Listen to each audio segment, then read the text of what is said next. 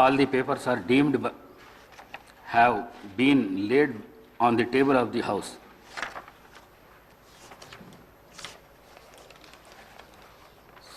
సంతాప ప్రతిపాదన. సూర్యాపేట జిల్లాలోని సూర్యాపేట శాసనసభ నియోజకవర్గ సభ్యులు శ్రీ రామరెడ్డి దామోదర్ రెడ్డి గారి మృతి పట్ల ఈ సభ తీవ్ర సంతాపాన్ని వ్యక్తం చేస్తూ శోకాదులైన వారి కుటుంబ సభ్యులకు తన ప్రగాఢ సానుభూతిని తెలియజేస్తున్నది. శ్రీ రామరెడ్డి దామోదర్ రెడ్డి గారు 1952 సెప్టెంబర్ 14వ తేదీన శ్రీ నారాయణ రెడ్డి శ్రీమతి కమలమ్మ దంపతులకు ఖమ్మం జిల్లాలో పాతలింగాల గ్రామంలో జన్మించారు. వీరి విద్యాభ్యాసం అంతా తెలంగాణ రాష్ట్రంలో జరిగింది. వీరు arts and science college Warangal నుండి గ్రాడ్యుయేషన్ పట్టా పొందారు.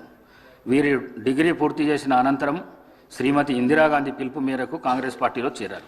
1989, 1994, 1999 మరియు 2004, 2009 టర్ములకు గాను తుంగతుర్తి నియోజకవర్గం నుండి శాసనసభ సభ్యుడిగా 4 పర్యాయములు మరియు 2009 నుండి 2014 మధ్యకాలంలో సూర్యాపేట నియోజకవర్గం నుండి గెలుపొందారు.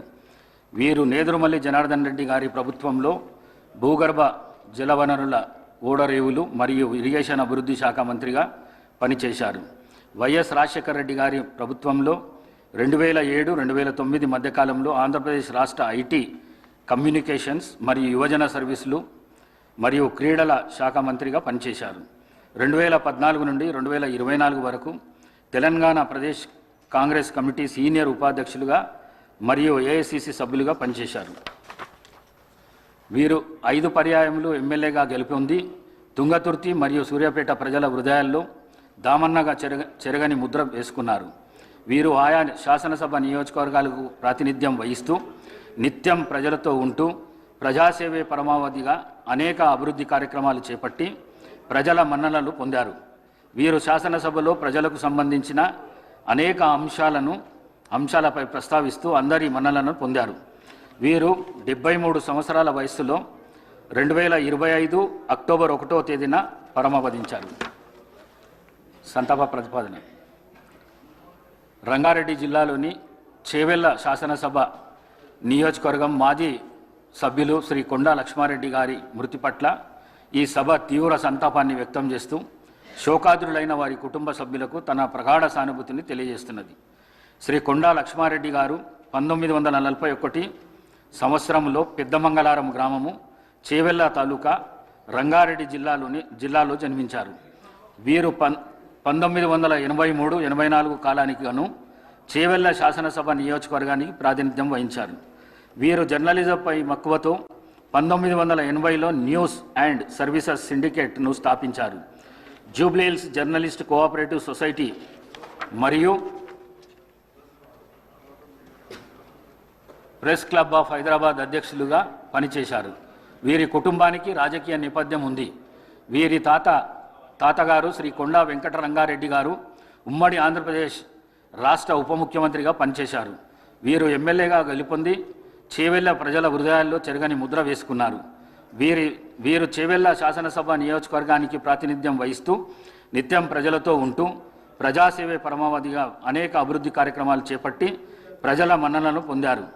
వీరు శాసనసభలో ప్రజలకు సంబంధించిన అనేక అంశాలపై ప్రస్తావిస్తూ అందరి మన్ననలను పొందారు.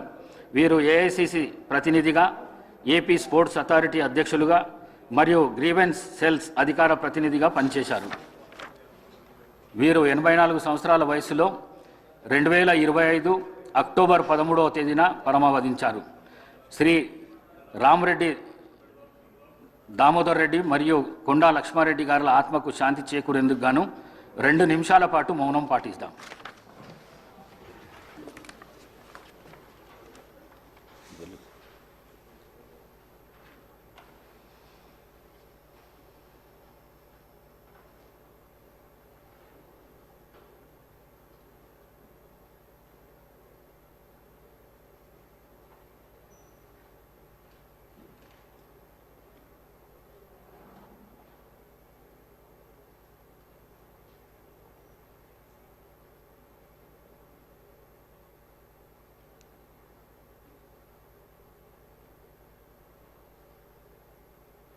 ఓకే.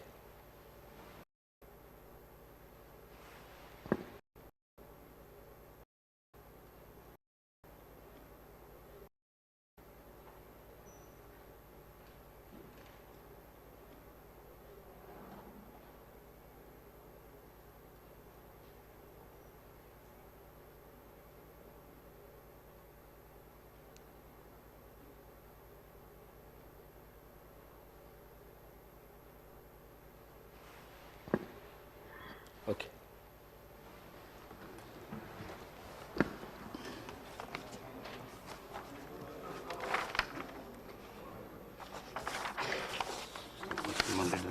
రామ్మోహన్ రెడ్డి సార్ వీళ్ళు కాంగ్రెస్ వచ్చి మిగతా తీసుకొస్తారు. Short question sir. 0 ఓవర్స్ ఇప్పుడు 0 ఓవర్ అని చెప్పి చేస్తాం మరి పేరు 0 ఓవర్ను కొనసాగిద్దాం. అధ్యక్ష, మా హుజరాబాద్ నియోజకవర్గంలో కల్వల ప్రాజెక్ట్ అని మానకొండూరు కాన్స్టిట్యున్సీలో వస్తుంది బార్డర్లో.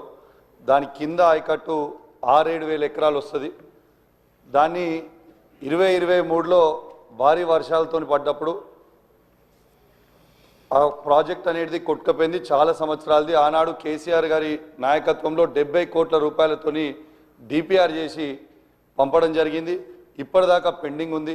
దయచేసి గౌరవ ఇరిగేషన్ మంత్రి గారిని, ముఖ్యమంత్రి గారిని కోరుతా ఉన్నాను, ఆ ప్రాజెక్ట్ని దయచేసి శాంక్షన్ చేసి కంప్లీట్ చేస్తే కింద రైతులకి 6-7 వేల ఎకరాల ఆయకట్టు వస్తుందని చెప్పి కూడా ఈ సందర్భంగా తెలియజేస్తా ఉన్నాను.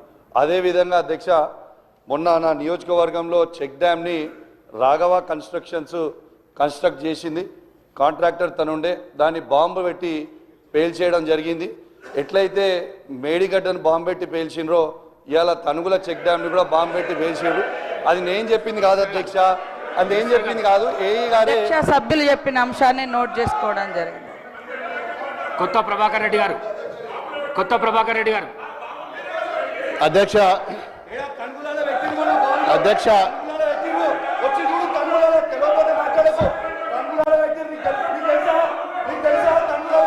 కూసో ప్లీజ్.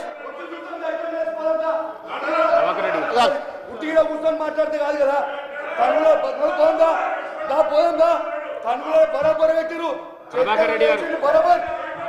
అధ్యక్ష, దుబ్బాక నియోజకవర్గంలో అధ్యక్ష మరి 8 మండలాల అధ్యక్ష శ్రీ నవీన్ యాదవ్ గారు.